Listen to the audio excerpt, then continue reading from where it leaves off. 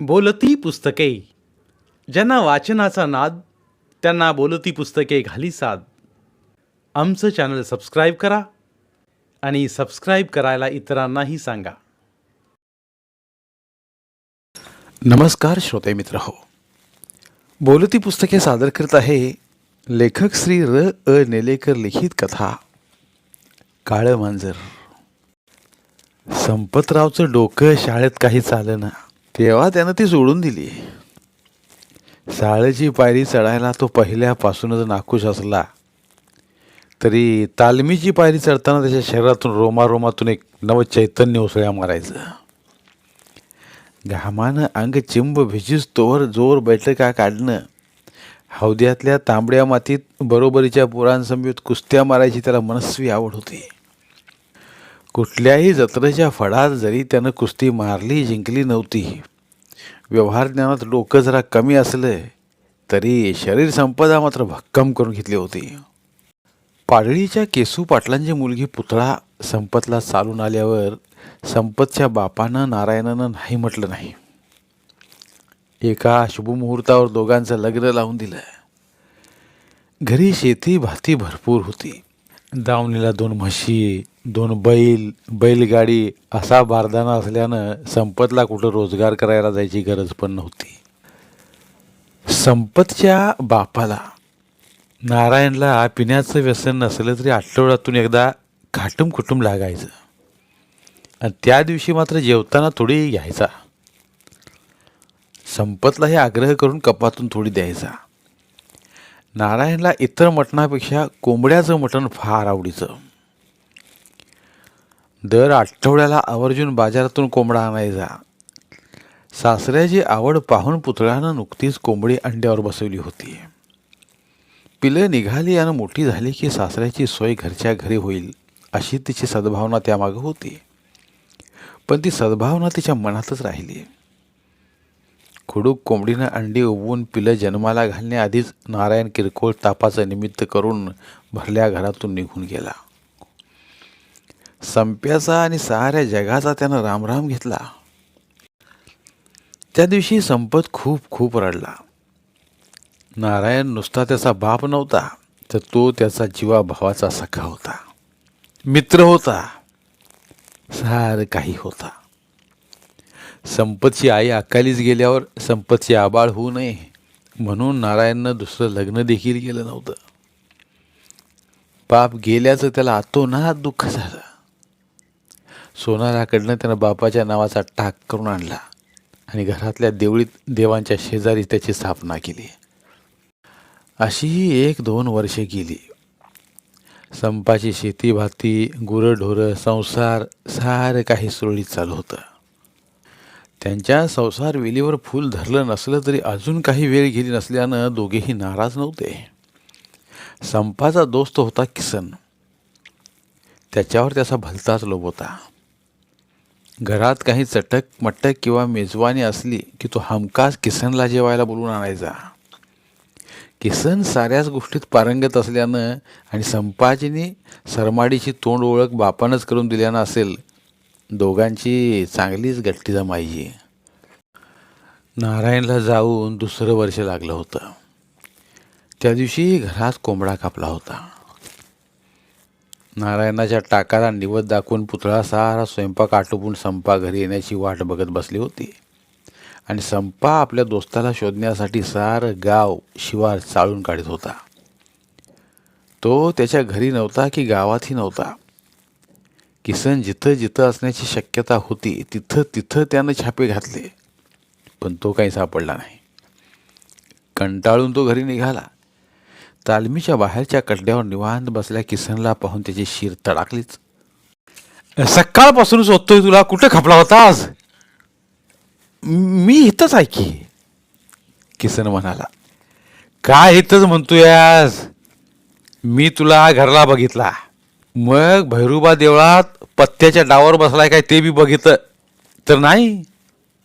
मग म्हणलं कुठं नसला तर शिवारात तरी गावल म्हणून समधी शिवारं पालती घातली तर तुझा पत्त्याच नाही. कट्टाळून अखेरला मसनवाट्यात बी जाऊन बघून आलो. मला आगीन दिली काय काय ते बघाय गेलास? मग करू तरी काय, कुठंच गाव नसतं रे. नाराज होऊन किसन म्हणाला. तसा संपा जवळ गेला. तिच्या खांद्यावर हात ठेवून सलगीच्या सुरात म्हणाला, आज तुला एक आनंदाची गोष्ट सांगणार होतो. ओळख बरं कुठली? कुठली गोष्ट असेल? तुला भैरवाच्या देवळात आकबंद तंबाखूची पुडी सापडली असेल. किळकी शेंग दाताखाली आल्यागत त्यानं तोंड किचवाडल्यागत केलं आणि म्हणाला, नाही रे. मग चुन्याची डबी तरी? नाही रे. तुला चुना तंबाखूशिवाय दुसरं काहीच आठवत नाही काही? आज आमच्या बाच्या नावानं कोंबडा कापलाय.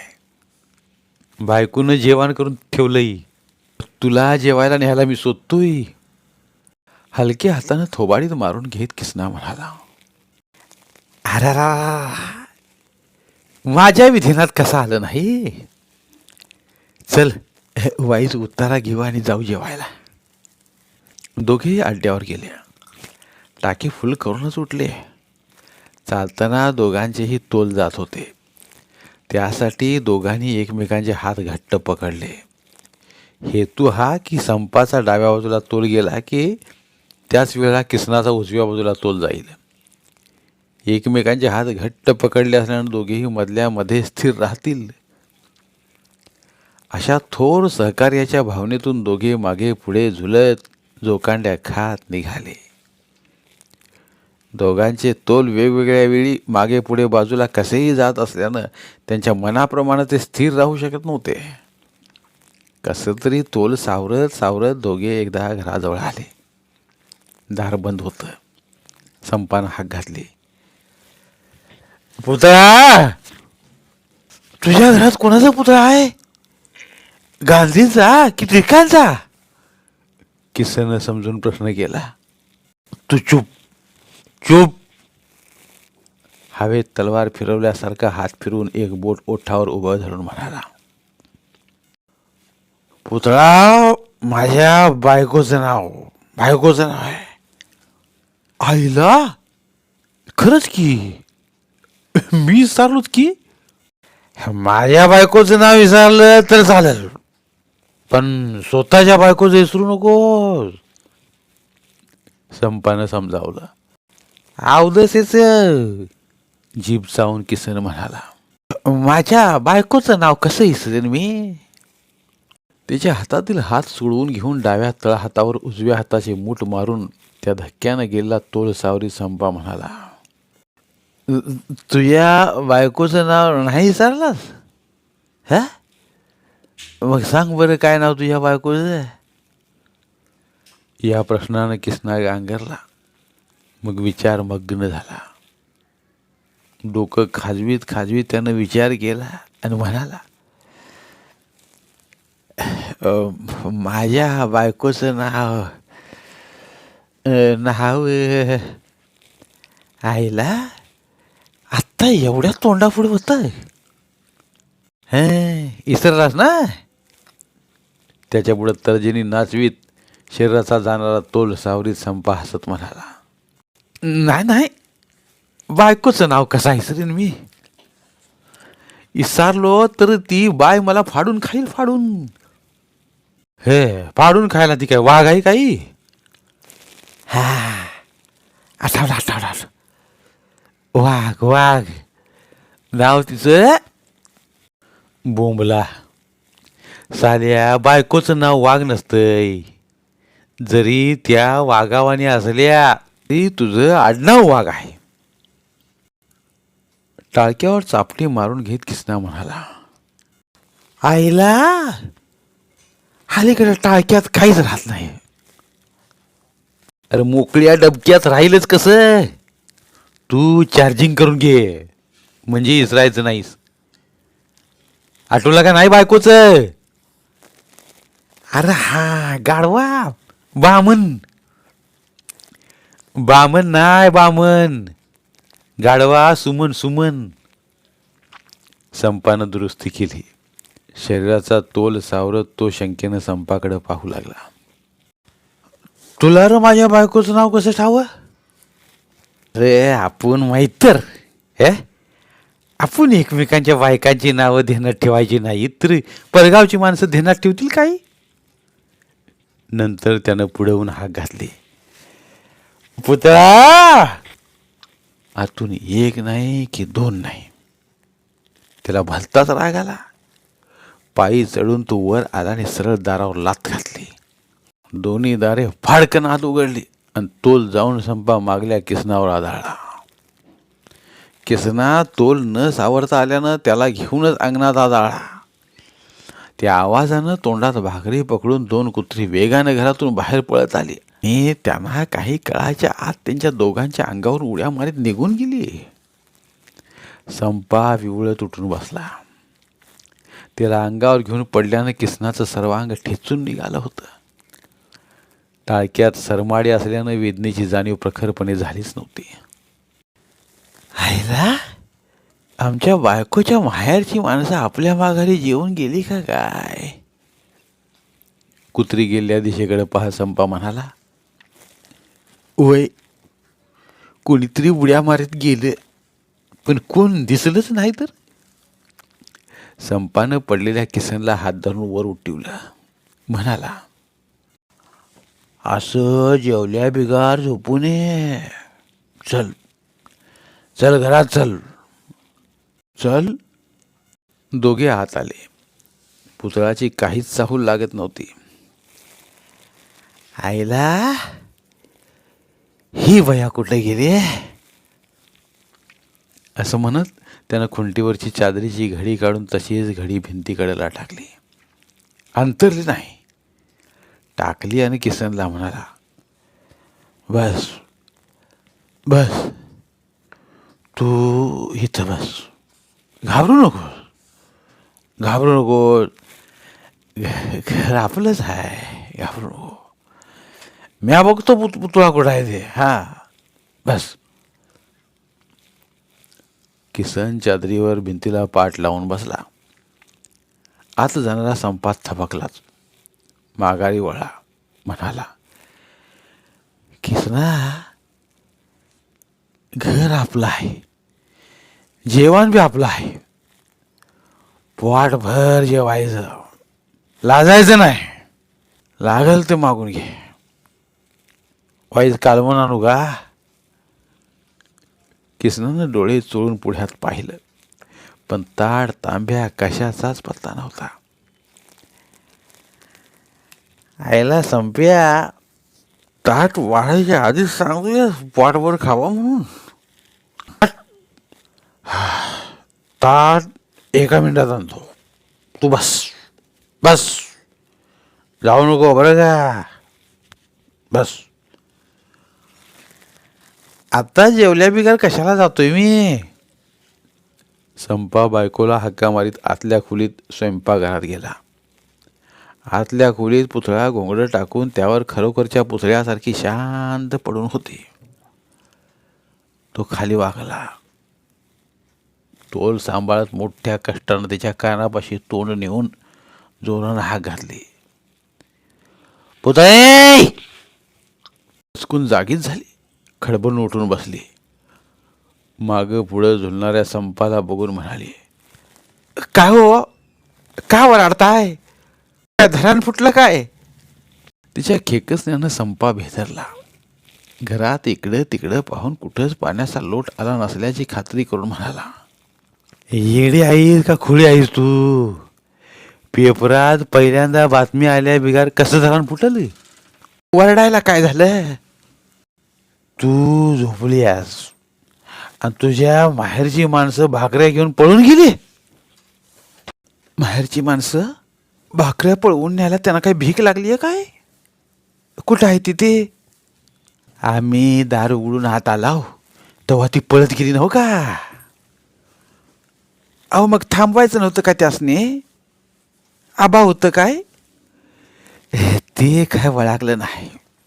4 पायावर आमच्या अंगावरनं उड्या मारत पळून गेली. 4 पायावर? तुमचं टक्कुरं फिरलंय जणू. बोलत बोलत तिची नजर चुलीकडे गेली. भाकरीचं टोपलं चुलीवरच्या देवळीत ठेवलेलं होतं ते तिथं नव्हतं. खाली जमिनीवर पडलेलं होतं.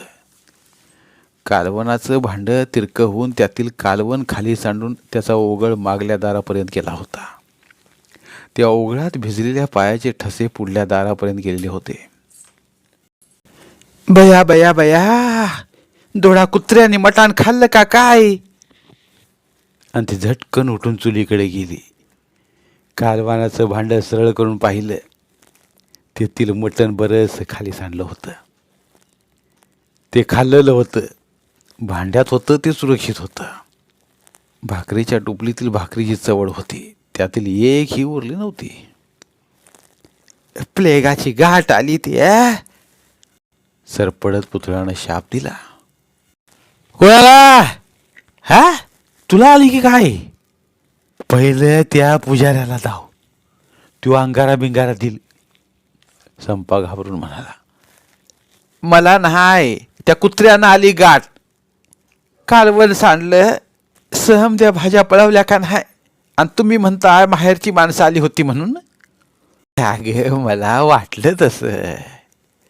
बरं ते जाऊ दे, आम्हाला जेवाय वाढ. तुम्हाला दुपारीच गिळून घ्या म्हणलं तर तो मैत्र उरावर जेव्हा आणायचा होता ना. तिरसडून ती म्हणाली. पोटावर बोट ठेवून त्यानं असं केलं.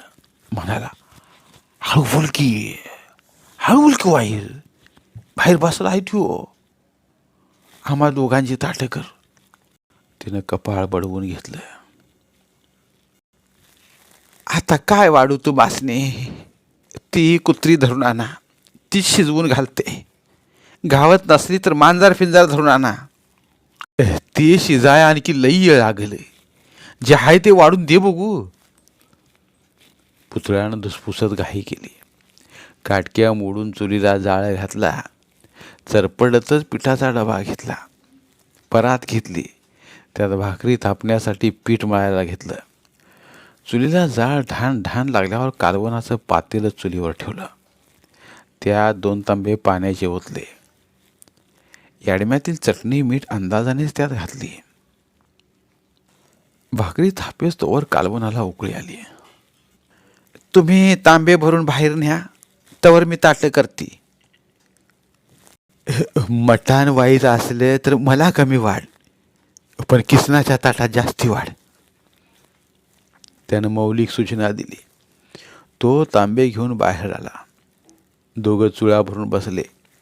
थोड्याच वेळात पुतळा वाफा निघणाऱ्या रश्श्याच्या डिश, रव्याची डिश आणि चुलीवर भाजलेल्या खरपूस भाकऱ्या मोडून ताटात ठेवून घेऊन बाहेर आली. गरमागरम ताटं बघून दोघांच्या भुका चवताळून उठल्या. दोघंही ताटावर तुटून पडले. वाह, मस्त, बेस्ट. दोघेही जेवता जेवता जेवणाचा गुणगौरव करू लागल्यावर मग पुतळा तव्यावरच्या भाकरीगत टम्म फुगली. कौतुकानं हुरळून जाऊन ती दोघांना हे आग्रह करून वाढू लागली. वशाडाच्या वासानं एक मांजर नेमकं तुळईवर आलं. त्याचं प्रतिबिंब नेमकं संपानं घेतलेल्या रश्श्याच्या डिशमध्ये दिसू लागलं. ते पाहताच त्याचं मस्तक भरकाटलं. तो दाताखाली चावत असलेलं हाड एकदम गिळून ओरडला. पुतळे, पुतळे, तुझ्या माईला मला काय जीव मारायचा विचार आहे काय तुझा? ती धावतच आली. काय हो, काय झालं? तू मगाशी म्हणल्याप्रमाणे मांजर घातलंस का काय कालवणार?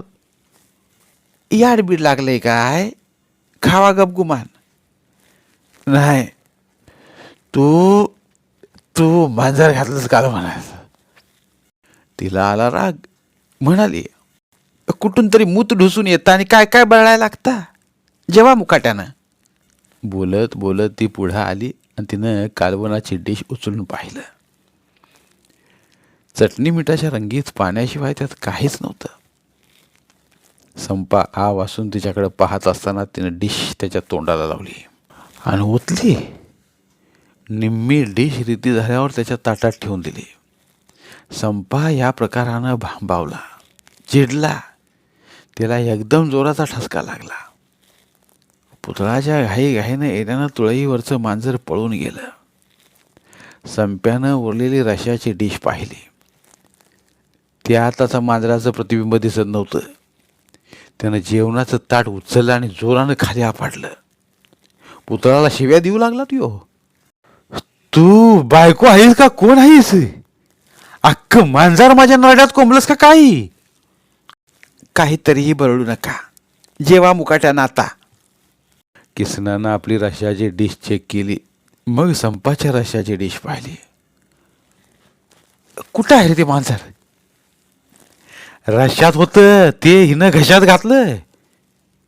बघू. किसन म्हणाला. संपानं तोंडाचा आ करून दाखविला. किसना त्याच्या घशात पाहू लागला. त्याच्या घशातील पडजीभ हललेली त्याला दिसली. ती पाहून तो म्हणाला, खरंच की र, मांजराची शिपटी दिसते जणू. तसा संपा उठला आणि धडपडत धडपडत दारात जाऊन तोंडात बोटं घालून ओंकाऱ्या काढू लागला. पण ओकारी काय होईना. मगाशी अख्खं हाड गिळल्यानं पोटात ठसठसू लागलं. तो गडापडा लोळायला लागला. मांजर मांजर माझ्या पोटात गेले. आता आता माझी आतडी काळीच तोडून खाईल. पुतळा भांबावून बघत उभी होती. आता काय करावं तर तिला बी कळेना. किसनानं आपल्या रश्याची डिश उचलून त्यात नीट पाहून मांजर नसल्याची खात्री करून भुरका मारला. किसना दोस्त, मी आता काय जगत नाही रे बाबा. माझा शेवटचा राम राम तुला. भराभर घास घेत किसना म्हणाला, अव थांब थांब, एवढी घाई करू नकस. माझं जेवण वाईच राहिलंय तवर तरी थांब. संपानं मांजर खाल्ल्याची वार्ता हा म्हणता साऱ्या गावावर पसरली आणि जो तो हातातील काम सोडून संपाच्या घराकडे पळत सुटला. सारा गाव त्याच्या घराभोवती गोळा झाला होता. बारक्या पोरांठोरांपासून बायका, माणसं, गडी, वृद्ध सारे जत्रा लोटल्यासारखी त्याच्या घराकडे लोटत होती. संपानं गिळलेलं हाड पचन न झाल्यानं ठसठसत होतं. त्यामुळं आपल्या पोटात मांजरं दुडूस घालतंय असा भ्रम होऊन तो अधिकच गडाबडा लोळत होता.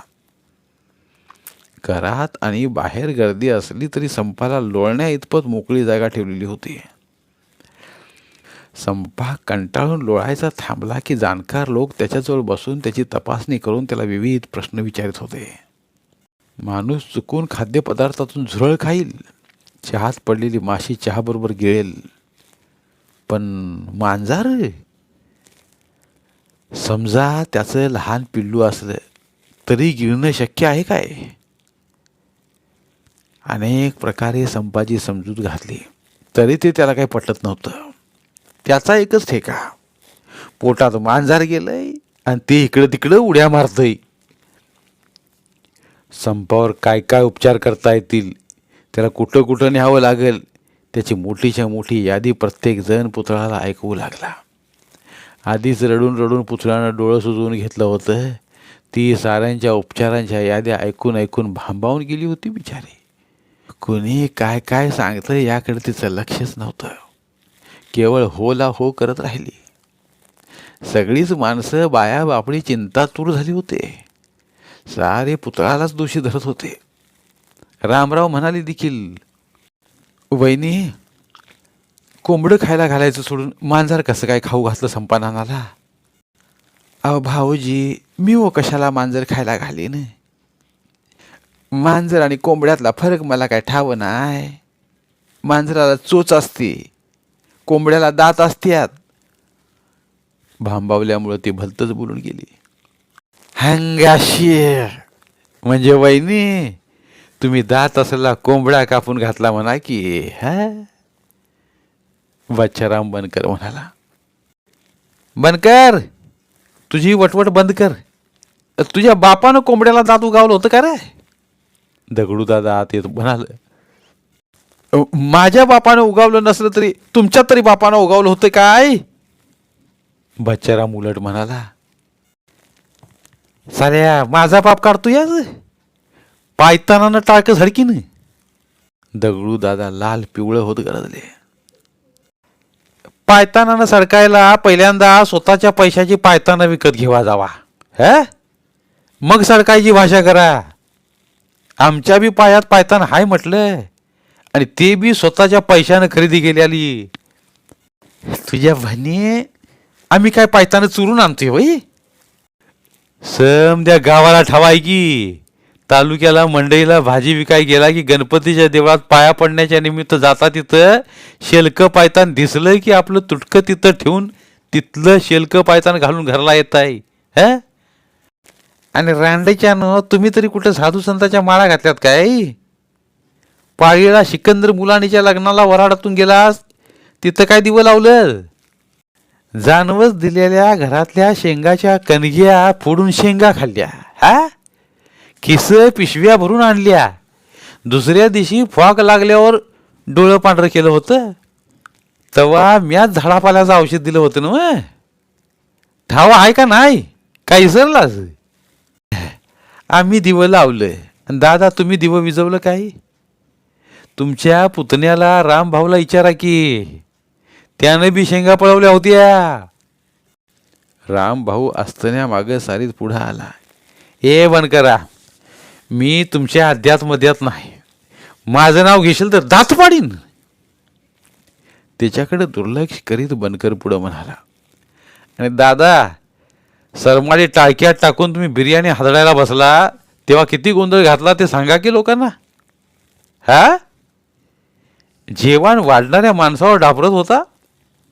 अरे नुसतं बटाट दुधी काय वाढताय, हाडका आणा की शोधून. सारी पंक्तीतली माणसं खदा खदा हसत होती. ताटली भरून मटण आणून वाढलं तरी तुमचं आपलं चाललंय, आणा मटण आणा, आणा मटण आणा. सिकंदरचा सासरा राडकोंडीला आला. मुंडावळ्या लावला सिकंदर स्वतः नवऱ्याला सोडून तुमची समजूत काढायला आला होता. हे इसरला नाही नव्हते. आपला गुणगौरव ऐकून दादा कानापल्या गत झाले. उसण्या रागानं म्हणाले, आता थोबाड बंद करतोस का देऊ खानाखाली? माझ्या खानाखाली काय? मी काय गप बसन काय? मी बी तुमच्या कानाखाली नाही, कानावर देतो. तुझ्या माईला दादाच्या कानावर देतोस काय? असं म्हणत रामभाऊ पुढं झाला आणि त्यानं बच्चारामाची गचांडी धरून उजव्या हाताची एक झापड लावली. तो हेलपाडून खाली पडला. तो खाली पडला आणि त्यांच्या अंगावर 2-4 पोरं चेंगारली. तशी त्या पोरांनी ठो ठो बोंब ठोकली. तिथल्या गर्दीत त्यांचे पालक होतेच. ते त्वरेनं धावले. चेंगरल्या मुलांना प्रथम बाजूला करून खाली पडल्या बच्चारामाला चांगलाच लाताळला. तो मेलो मेलो म्हणून ओरडू लागला. आत्तापर्यंत चुपचाप बसल्या बच्चारामचा चुलत भाऊ निवृत्ती कठीण समय येता कोण कामास येतो हे दाखवून देण्यासाठी धावला. त्यानं रामभाऊच्या कानाखाली जाळ काढला. रामभाऊ मागं हेलपाडून दुसऱ्या माणसांच्या अंगावर आदळला. तिकडल्या माणसाने त्याला बुकलून काढला. निवृत्तीचा पुतण्या सदा आणि भिवा दोघे बच्चारामला मारत होते. त्या दोघा पालकावर धावून गेले आणि त्यांची गचांडी पकडून त्यांना थोबाडून काढू लागले. रामभाऊला मारल्याचं पाहताच त्याची 2 तरणी बांड पोरं वाघागत चवताळून उठली. एकानं सदाला धरलं तर दुसऱ्यानं निवृत्तीला धरून मारायला सुरुवात केली. निवृत्तीची गावातच सासरवाडी होती. त्याचा सासरा मारुती पहिलवान हा संपाला बघायला आला होता.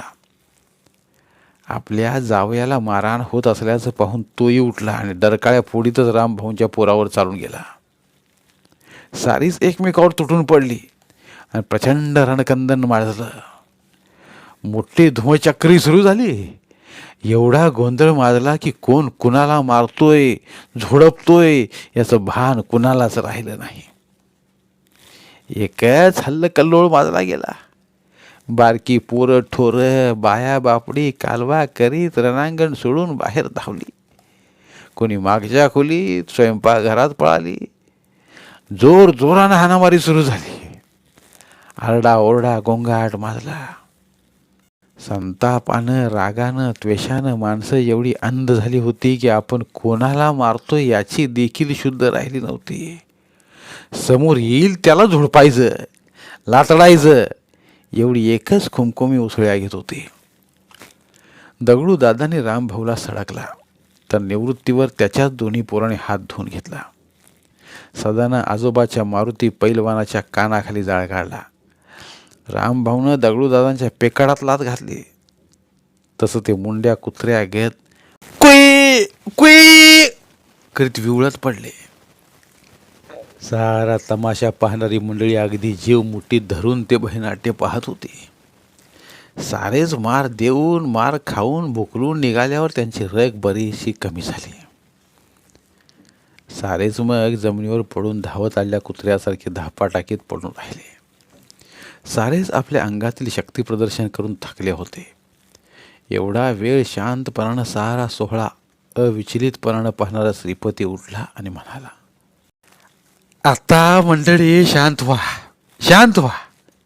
तुम्ही सारे दमला आहात, थकला आहात. आता साऱ्यांनीच थोडी थोडी विश्रांती घ्या, पाणी घ्या. होय, पाणी आणा बाबांनो, दमलो बुवा, दगडूदादा म्हणाले.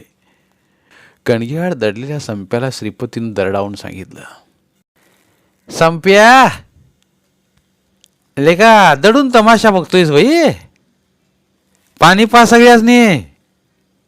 मांजार तू घाशील आणि साप गावाला करशील. संपा चपळाईनं आतल्या खोलीत गेला. त्यानं 2-3 तांबे पाणी भरून आणून मध्ये ठेवलं. दगडूदादा म्हणाले, संप्या, आईला आम्ही तुला बघाय उपचार कराय आलोय का मार खायला आलोय रे? संपा तोंड वेडवाकडं करीत म्हणाला, तुम्हीच भांडताय. हे करून नुसतं पाण्यावर भागिणार काही. संपा वासून त्यांच्याकडे पाहू लागला. त्यांच्या बोलण्याचा रोग त्याच्या ध्यानी आला नाही. बच्चाराम म्हणाला, एवढं सुद्धा ध्यानात येत नाही तुझ्या? चहा पाण्याचं बघ जरा. वय वय असं म्हणत संपा आत जायला वळला. तसे दादा म्हणाले, हे बघ संपा, नुसतं चहावर भागू नकोस. मोकळ्या पोटात चहानं ढवाळतंय. काय फव बिव असलं तर कराय सांग तुझ्या बायकोला.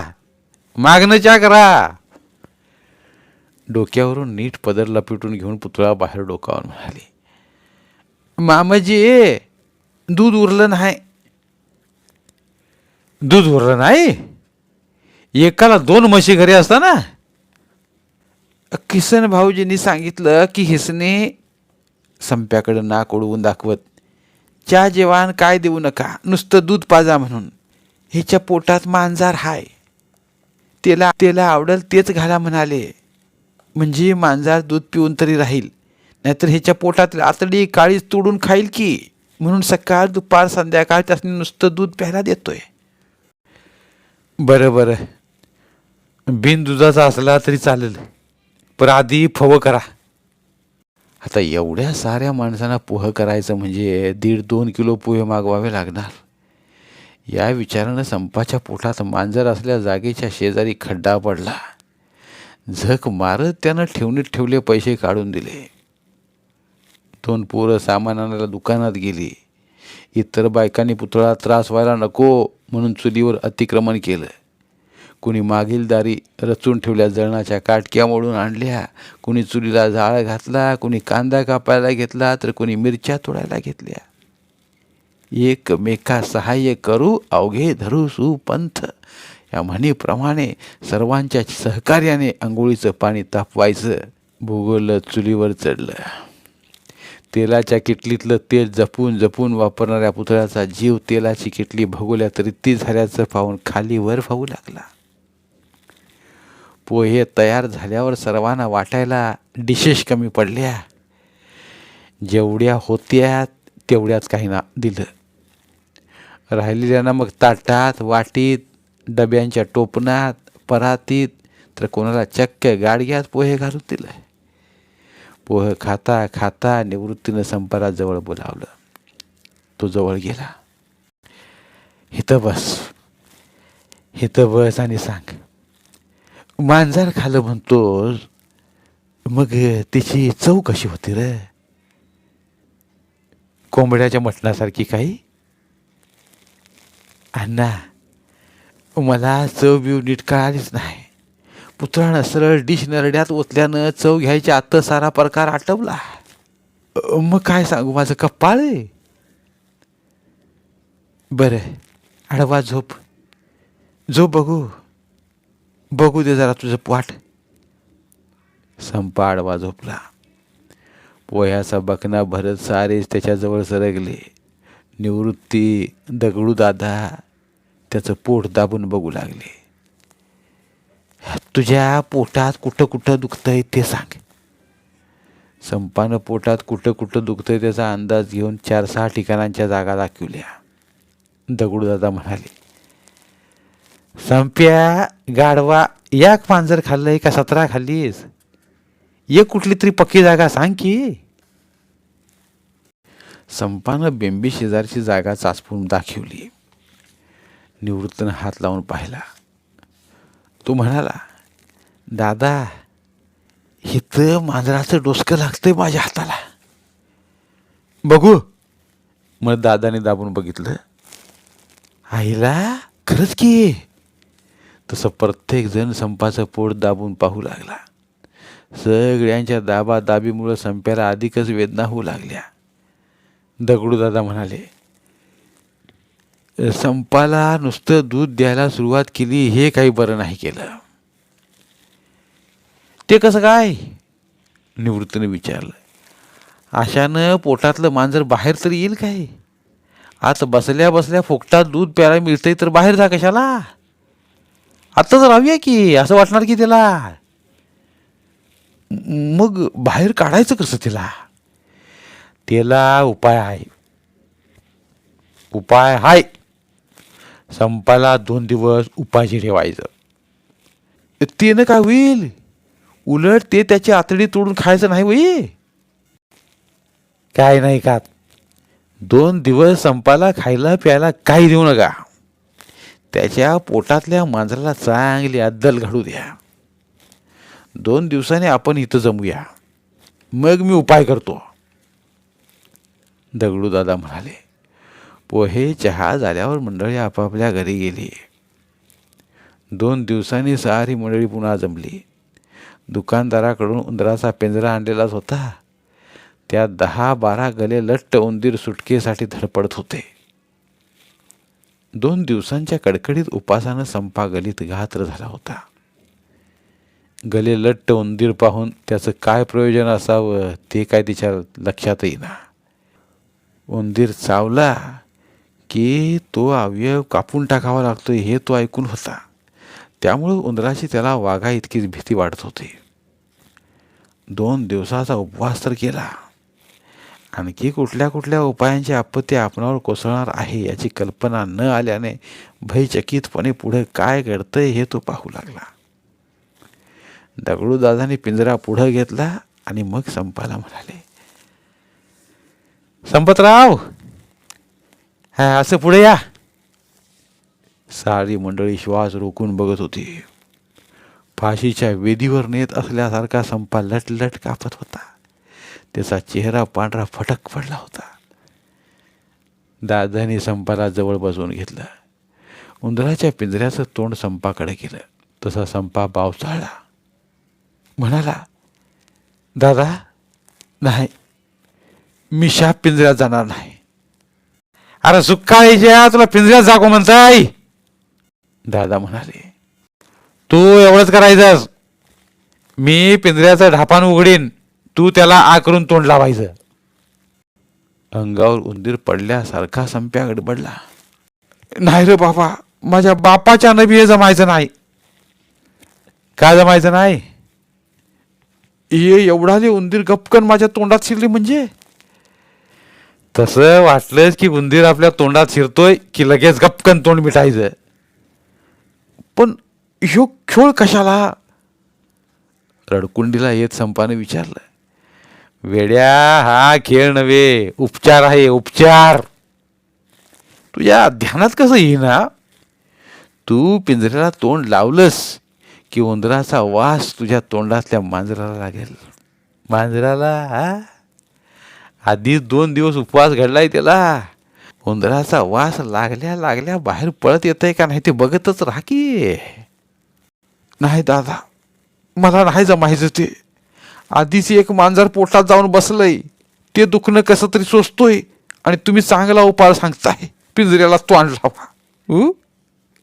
म्हणजे सारी उंदीर सेना टनाटना उड्या मारीत माझ्या पोटात जाऊ द्या आणि घालू द्या धुडगूस तिथं.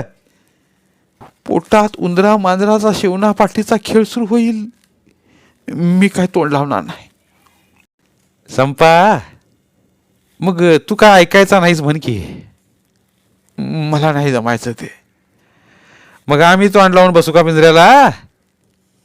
श्रीपतीनं रागानं विचारलं. मोठ्या माणसांचं ऐकावं जरा रे, किसन म्हणाला. हे बघा, मला दुसरं काय बी सांगा, घरावरनं उडी मारायला सांगा, मारतो, पण असलं येडं वंगाळ काम मी नाही करणार. सारे त्याला समजावून सांगून सांगून दमले, पण संपा काही केले ऐकना. तेवढ्यात कुणी वात्रट काट्यानं पिंजऱ्याचं ढापान खोललं आणि आतले गले लठ्ठ तोंडील तणू उंदीर धडाधडा उड्या मारीत बाहेर पडतात. दारू गाळण्याच्या भट्टीवर अचानक पोलिसांची धाट पडतात. तिथल्या लोकांची जशी धावपळ होती तशी इथल्या लोकांची दानादान उडाली. त्यांना टन उड्या मारीत उंदीर वाट फुटल तिकडे पळू लागले. उंदराला लाजवील अशा उड्या मारीत माणसे सैरा वैरा धावू लागली. एक उंदीर श्रीपतीच्या खांद्यावर उडी मारून चढला आणि शर्टाच्या कॉलरमधून त्याच्या शर्टाच्या आत शिरला. तसा तो कथ्थक नृत्य करू लागला, कथ्थक नृत्य. एका उंदरानं तर रामभाऊचा कान पकडून त्याला दंश करतात तो शंख करू लागला. कोणाच्या पॅन्टीत तर कोणाच्या चड्डीत. उंदराने आश्रय घेतल्यावर मग तर आणखीनच फे फे उडाली. दगडू दादांच्या धोत्राला एका उंदरानं शिरकाव करतात. दादा फरा धोतर फेडून अंडरपॅन्टवरच बाहेर गेले. अंडरपॅन्टवरच. थोड्याच वेळात सारी पांगापांग झाली. घरात पुतळा आणि उंदरापासून बचाव करण्यासाठी म्हणून उड्या मारणारा संपा दोघेच उरले. सगळी उंदर सेना गायब झाली. तरी उंदीर उड्या मारताहेत असं समजून संप्या उड्या मारितच होता. तेवढ्यात पाडळीचे त्याचे सासरे केसू पाटील आले तिथं. काय जावई बापू, डिस्को डान्स चाललाय वाटतंय. संपा थबकला. त्यानं सर्वत्र नजर फिरवून कुठंच उंदीर दिसत नसल्याची खात्री करून सासऱ्यांना बसायला सतरंजी अंथरून दिली. पिताश्रींचा आवाज ऐकताच पुतळा थिरासारखी धावत येऊन आबा म्हणून त्यांच्या गळ्यात पडून रडू लागली. त्याने तिचं सांत्वन केलं. म्हणाले, माझ्या कानावर आलंय सारं. जावई बापूनी काय पराक्रम केलाय तो कळलाय मला. आता चहा पाणी काही करीत बसू नकोस. मी बाहेर गाडी उभी करून आलोय. दोघंही गाडी जाऊन बसा. कुठं? जत्रेला जायचंय का? डोळे पुसून पुतळ्यानं विचारलं. जत्रेला नाही, पण तालुक्याला जायचंय. केसू पाटलांनी दोघा नवरा बायकोला गाडीत घालून तालुक्याला नेलं. तिथल्या मोठ्या हॉस्पिटलमध्ये नेऊन संपाची तपासणी करून घेतली. तिच्या पोटात पचन न झालेली एक कठीण वस्तू असल्याचं निदान झालं. ऑपरेशन करून ती काढावी लागणार होती. पाटलांनीच पुढाकार घेऊन ऑपरेशन करायला लावलं. ऑपरेशन यशस्वीरित्या पार पडलं. मटणाचं न पचन झालेलं हाड पोटातून बाहेर निघालं. त्याचवेळी पाटील डॉक्टरांच्या कानाशी लागले. म्हणाले, आमचा जावई मनोरुग्ण आहे. त्याला आपल्या पोटात मांजर गेल्याची भीती वाटतीय. एक मेलेलं मांजर त्याच्या पोटातून खरंच बाहेर निघाल्याचं त्याला सांगा. डॉक्टरांनी होकार दिला. संपा बेशुद्ध असतानाच एक मेलेलं मांजर आणून औषधाचा वास लावून ट्रेमध्ये ठेवून त्याच्या रूममध्ये ठेवला. दुसऱ्या दिवशी संपा शुद्धीवर आल्यावर डॉक्टरांनी त्याला सांगितलं, संपतराव, तुमच्या पोटातून एक मेलेलं मांजर निघालं. संपा आनंदला. सुटकेचा मोठा निश्वास सोडून एका कुशीवर वळून त्यानं स्टूलवर ठेवल्या ट्रेकडं पाहिलं. ट्रेमधल्या मेलेल्या मांजराकडं पाहिलं आणि तो किंचाळलाच. डॉक्टर जवळ गेले आणि म्हणाले, संपतराव, काय झालं?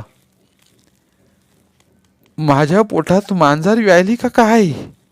माझ्या पोटात गेलं मांजर असं करड्या रंगाचं नव्हतं, ते तर नुसतं काळं कुळकुळीत होतं. धन्यवाद.